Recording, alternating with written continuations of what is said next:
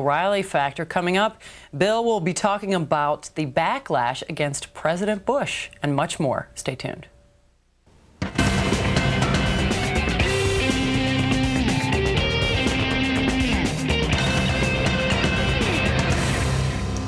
Hi, I'm Bill O'Reilly. Thank you for watching us tonight. Who's looking out for you? That's the subject of this evening's Talking Points memo. Because I am overexposed, I'm not doing a new book this fall. The next one will be out in the fall of 2003, and it's called Who's Looking Out for You? The answer is not too many people. Before he died, my father told me that the only people I could count on in my life were members of my family. Now, that has not turned out to be true, as I have been lucky enough to have some good friends. But I understand what my father was saying. In this busy, competitive society in which we all live, very few people have the time to look out for others outside their own families. That becomes a problem with the powerful. One of the reasons the Catholic Church has insisted upon unmarried priests is because they want their clergy to help those outside themselves. The Church wants a clergy free from familial responsibilities.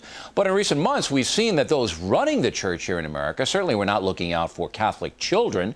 They were trying to protect themselves in the pedophilia scandal. Likewise, many of our politicians, instead of trying to fix problems that hurt all Americans, they pander for votes. A few examples. The porous southern Mexican border could be sealed in a month by the U.S. military, ending the chaos down there. Why hasn't it been done? The waste of trillions of tax dollars could be drastically cut by creating a new federal agency that audits each government spending program every 6 months. Why hasn't it been done? Tax revenue could be increased and tax collection made far easier by imposing a flat tax on corporations and wage earners alike. But no, we continue with our arcane and unfair system. Drug addiction could be cut in half by imposing mandatory drug rehab for convicted drug-involved criminals. That takes addicts off the streets for at least a year and gives these people a chance to clean up. Why hasn't it been done?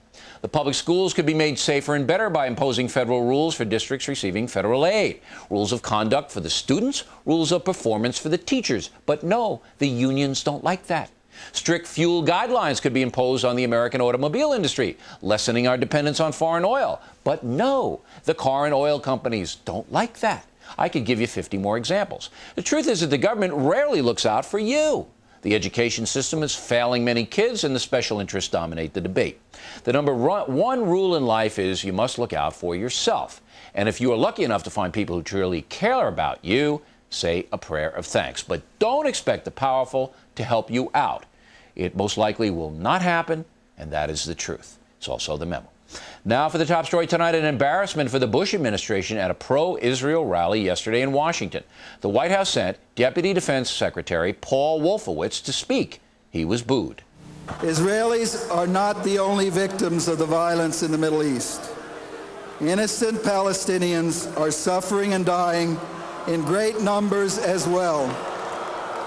It is critical that we recognize and acknowledge that fact. Joining us now from Washington is Gary Bauer, the president of the American Values Organization. Mr. Bauer was at the rally. I was offended. What about you? You were not offended? I was offended by that booing. I was very offended. I thought Secretary made a good point, and you know, come on. It's incontrovertible that innocent Palestinians are suffering in this. Yeah, you know, Bill, it's incontrovertible that innocent people die in every war that has ever been fought in the history of mankind. You could say it about innocent Germans in World War II, innocent civilians in Afghanistan today. And I think that is the point. When Mr. Wolfowitz said that, what was the point he was trying to make? I think the crowd assumed that he was trying to make a point about moral equivalence.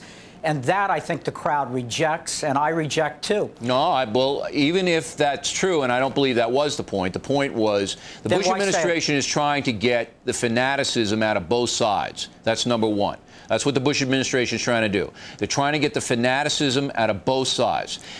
To do that, they have to use reason. They have to reason. And they have to say, look, the best solution to this is a negotiated solution so that innocent people don't get hurt on both sides. So Wolfowitz goes up there, a Jew, by the way. He goes up there and he says, look, we're with you. We support the fight on terrorism. But we also want everybody to keep in mind that innocent people are suffering on the Palestinian side. So the best solution is a negotiated solution. And he gets booed. He gets booed. Bill, Bill, what fanaticism on both sides. The state of Israel 2 years ago offered a Palestinian state to the Palestinian people. This is the problem with what Secretary Wolfowitz said. Israeli civilians are dying because the murdering terrorists they're facing single out civilians in these bombings. That's intentional. It's done as a matter of policy. The civilians that have died on the Palestinian side have died by accident.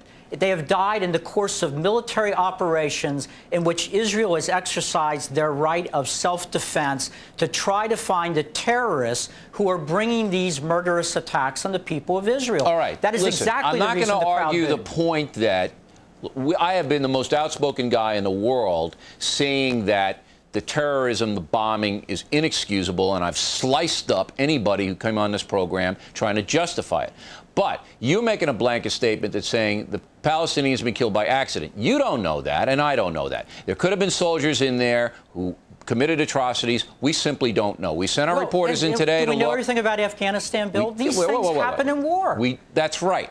Right. And the point is what? That's right. So peace should be on the minds of everyone. Everyone, Mr. Bauer. Bill, and I'm not so sure it's on the minds of Ariel Sharon. Bill, I don't think it's on his mind. Should peace be on our mind in our war with Al-Qaeda and Absolutely with the yes. Taliban? Absolutely yes. No, sir. No, sir. Victory should be on our minds, followed by a just peace. And there is a big difference. Peace should be on our mind in the sense that we want to eliminate these terrorists so that they can't cause any more trouble. Now, it's a different situation, and you know it's different, Mr. Bauer. No, it is not different. Yes, it is. Not different. Because these people, sooner or later, are going to have to live side by side. We're never going to have to live side by side with Al-Qaeda. Never. The Palestinians and Israelis, sooner or later, are going to live side by side. It's a different situation. That will not happen until people throughout the Middle East that are dedicated to the destruction of Jews have been defeated on the field of battle. Bill, the bottom line problem here, and the reason the crowd booed, is that there are a whole lot of elites in America, in our media. There are a whole lot of elites in Western Europe. There are a whole lot of elites at the UN that are very tolerant of dead Jews. And that's ridiculous. And they quickly leap to tell Israel, now don't do anything as you suffer these terrorist deaths. That's absurd. And I think that people are fed up with it. I stand behind Israel in defending itself. But I will tell you this. In the mid-'90s, there were very few bombings on the part of the Palestinians. It didn't happen. After the Oslo Accord and while the negotiations were going on in the Clinton administration, there were no bombings. So you have some people out of control now, and Hamas particularly, that have to be dealt with. But Sharon and Israel have to show a willingness, Mr. Bauer, to say, yes, we have to defend ourselves, but yes, we also want peace. And you can't discount Palestinian suffering as the booers were doing in Washington. Bill, why in the world would you assume that the Israeli people, who daily have been scraping body parts off of their streets, do not want peace? What they do not want, however, is a Palestinian state in place of the state of Israel. And the fact is that many Palestinians and most of the thugs in the region masquerading as heads of state are still committed to the destruction of the Jewish state. All right. But you have to be willing, if you are Ariel Sharon, to say, we are going to protect ourselves, but we are also going to be reasonable and give peace a chance. All right? So if Powell comes in, we're going to try to help him.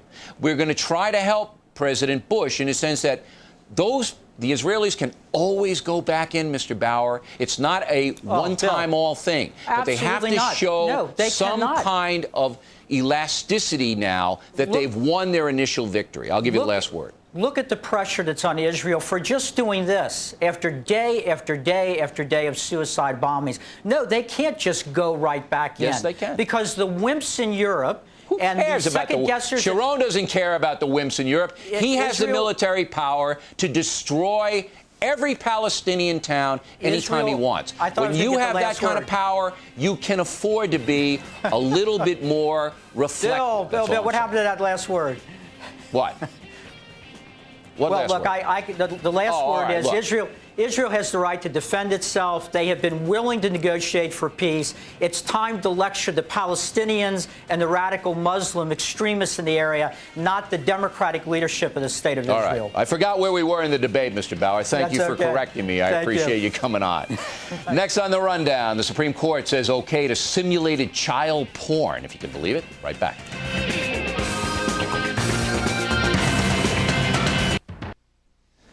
Time now for the most ridiculous item of the day. An economics professor at the University of Calgary in Canada says his research indicates that the more people drink, the more money they earn.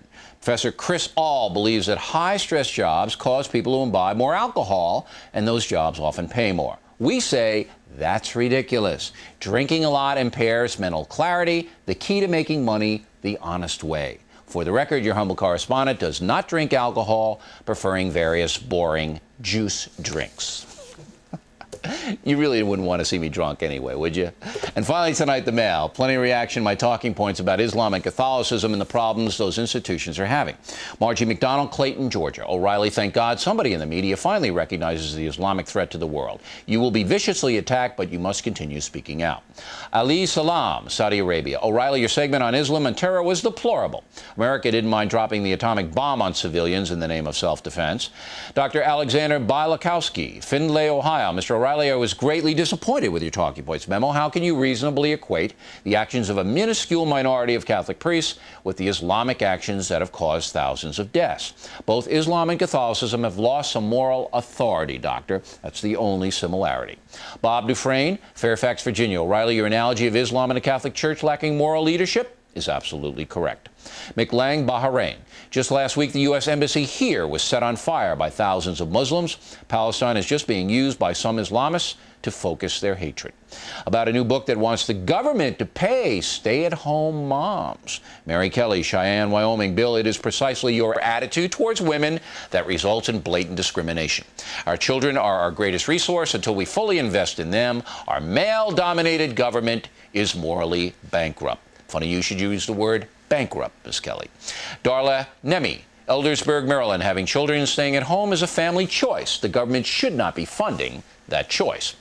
Lieutenant Louis McCrae, San Diego. Mr. O'Reilly, you're absolutely wrong. It is crucial to aid single mothers with young children in order to help them realize the American dream. Lieutenant, the author wants all mothers to be paid, not just poor single moms. Come on. Enough's enough with the socialism, all right? About the Tribute to Heroes CD that flopped because the rock stars involved did not promote it. Leanne Minster, Anchorage, Alaska. Bill, you've done the right thing by putting the charity projects for the 9/11 families on the spot. However, every time you embarrass the performers, makes it less likely they will ever do charity work again. Samantha Brenner, Pioneer, California. If the artists on the CD were really concerned about getting the money to the families, they would have publicized the recording like they publicized their own CDs. Very good point, Samantha. Megan Jennings, Stowell, Pennsylvania. Bill, you are in need of a new word to replace pithy. How about concise, Megan? Nah, it doesn't have the panache. And Debbie Menon, Dubai. Bill, I was watching The Factor and my 7-year-old son said, he's fighting again, this time with a woman. I couldn't help but laugh. Debbie, are you sure your son didn't just see a promo for Neil Cavuto? And how about that website? www.foxnews.com/O'Reilly. My column for WorldNetDaily.com is about the world war that may be coming with the Muslims. How about emailing us some pithy comments? O'Reilly@foxnews.com, O'Reilly@foxnews.com. Love to hear from you. That is it for us today. As always, we thank you for watching. Hannity and Combs are next with Trent Lott. Does he think Tom Daschle is doing a bad job? Bang, bang, bang. Politics on Hannity and Combs. I'm Bill O'Reilly. I hope to see you again next time. And remember, the spin stops here.